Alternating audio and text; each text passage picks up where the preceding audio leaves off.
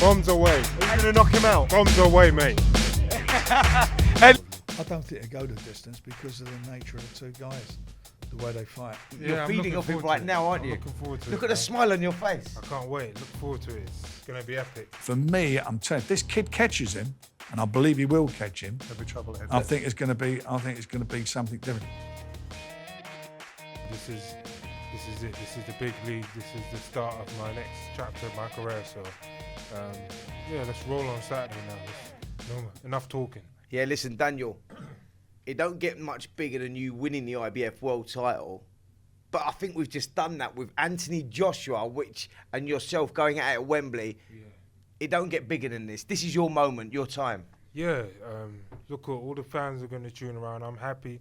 I want to make sure they're happy and make this an unforgettable fight. Listen, where's your head? When you do that ring walk, the spotlight comes on you, 96,000 people looking at you. How do you deal with that pressure? I'll just be feeding off it, man.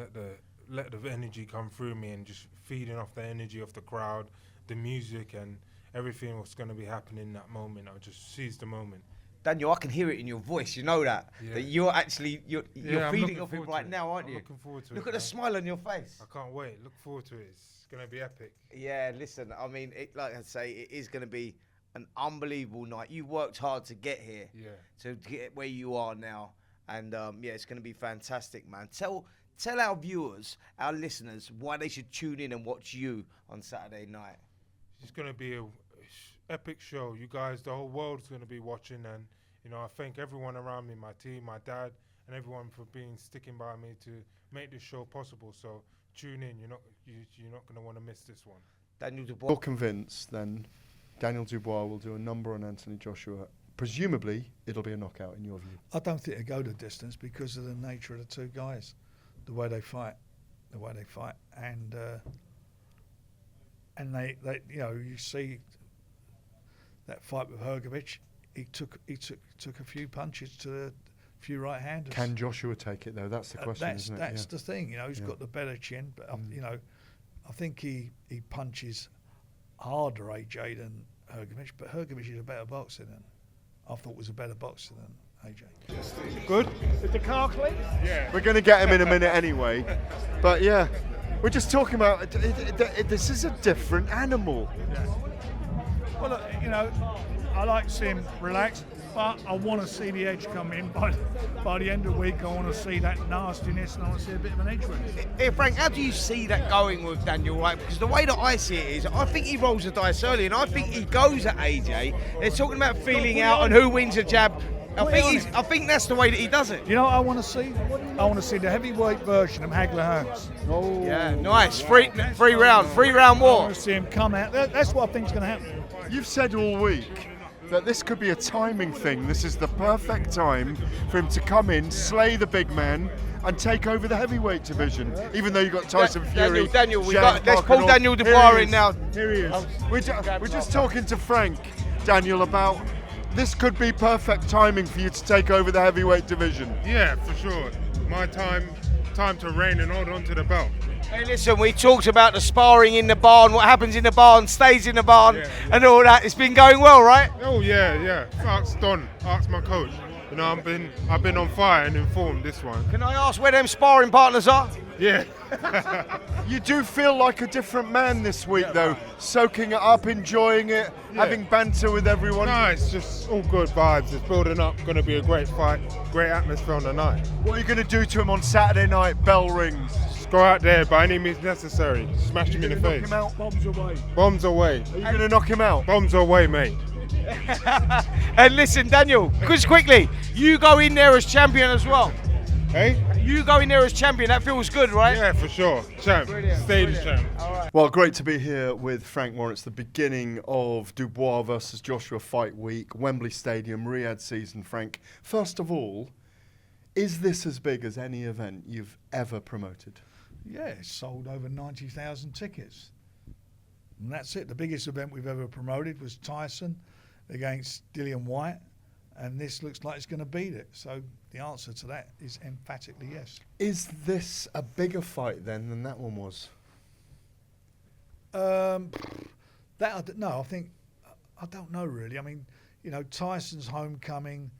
It sold out in an hour. In the line, people in line for tickets. There was 400,000 odd people in line for tickets. So that's what it was. And presumably, your feeling is that Tyson Fury bigger star than Anthony Joshua as well at the time. Well, he was, wasn't he? No doubt about that. No doubt about that. He was a bigger star. You've got 5. But you know, the tickets tell you what it's all about. Yeah. No, it's enormous. Yeah. And there's records being broken. Yeah, And exactly. there's the fire lit by His Excellency Turkey Al Sheikh as well. Can we mention him? You just did. It's going to be a long and funny week. Yeah.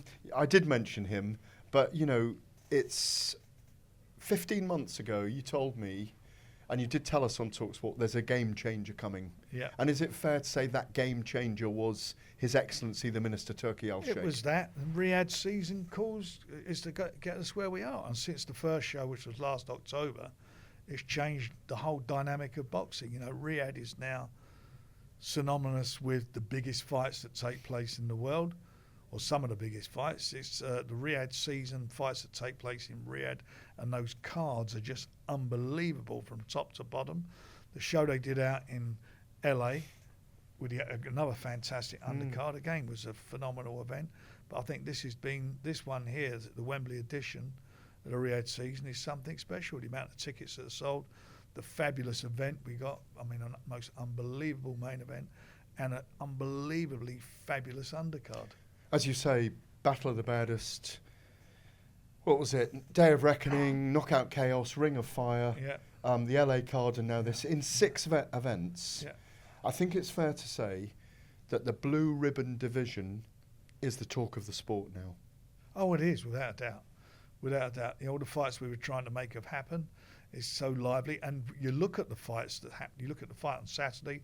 You look what's happening again in Riyadh on the 21st of December, the rematch between Usyk and Tyson. And you look at what can come out of that, the fight, you know, the winners and the losers fighting each other. You're very protective over Daniel Dubois, if you don't mind me saying, because he's been like a son growing up in front of you in lots of ways, a young man growing up, and you've put your protective arm around him at time, you've put your shield up, you've put your sword up for him. He's under a lot of pressure this week, in my view.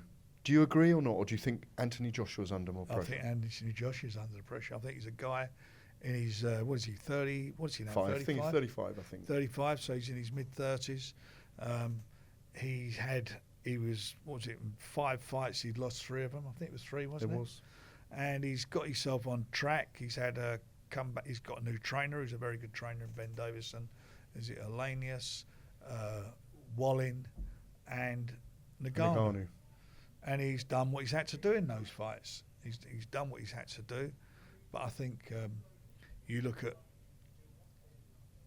Daniel, and in his last 3 fights, he's been an underdog in all 3 of those fights. I keep banging on about the low blow or whatever, but the fact of the matter is at that time, that was the toughest fight that Usyk had. He gave him a much tougher fight than AJ did. And Chisora, And Chisora, and hurt him. And the other 2 fights where he went as an underdog, he beat both Babe Miller and Hrgovic, who was the mandatory for nearly 2 years, and everybody was avoiding.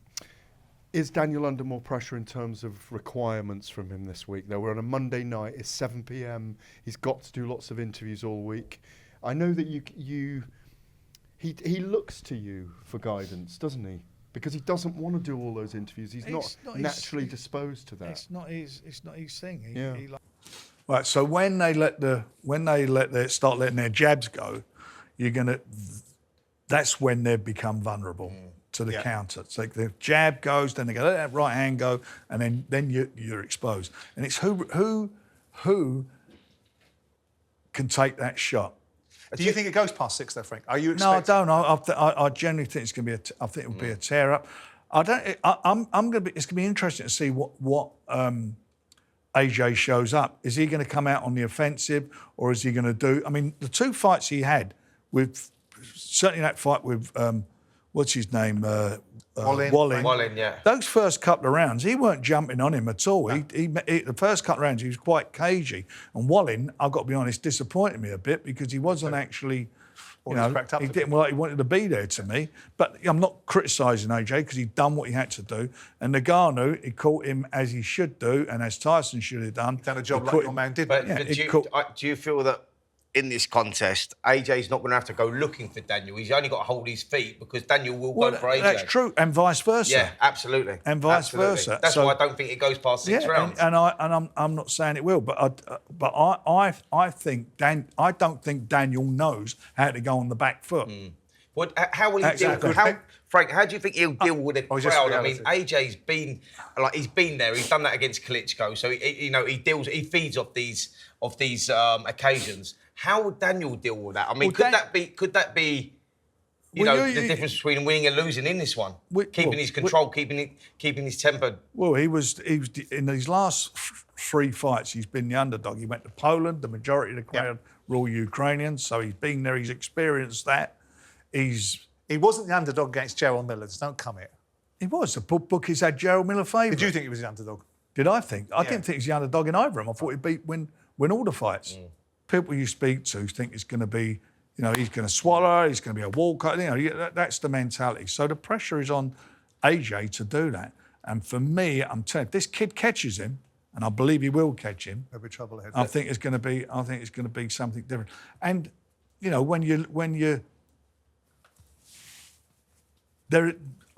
you get older as a fighter, right? Suddenly, bang, it's not there. The reason the pressure is on AJ and not Daniel Dubois is because of that age. Because of the expectation. Because of the age, like if Anthony Joshua loses his fight to Daniel Dubois next week, that rebuilding process is going to take too long.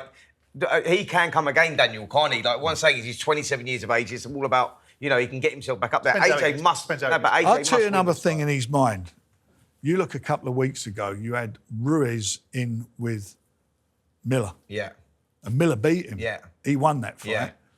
Yeah. You look at that. And you look at Ruiz in with AJ, and you look at Miller against him. So you start looking at the full. We're giving Agovic big licks, and your boy Zhilei Zhang beat him. Sorry? We can run the argument about who won and who didn't win, because we can look back on the argument that you would have advanced, which was I thought Zhang won it. I said that. Ergovic got beat by Zhilei Zhang. Yeah, I agree with you. I agree with that, and I did think he did win it.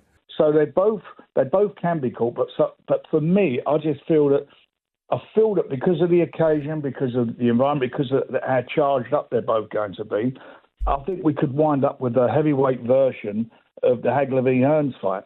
Oh, what a fight that was, baby! Because they both throw meaningful and hurtful punches, and that could possibly happen. I mean, there's lots of different scenarios, obviously, but I don't see it going the distance. I just think that one of them will go, and I do believe it'll be Daniel who knocks over AJ. On AM, on DAB, via the talkSPORT app, and on your smart speaker. talkSPORT.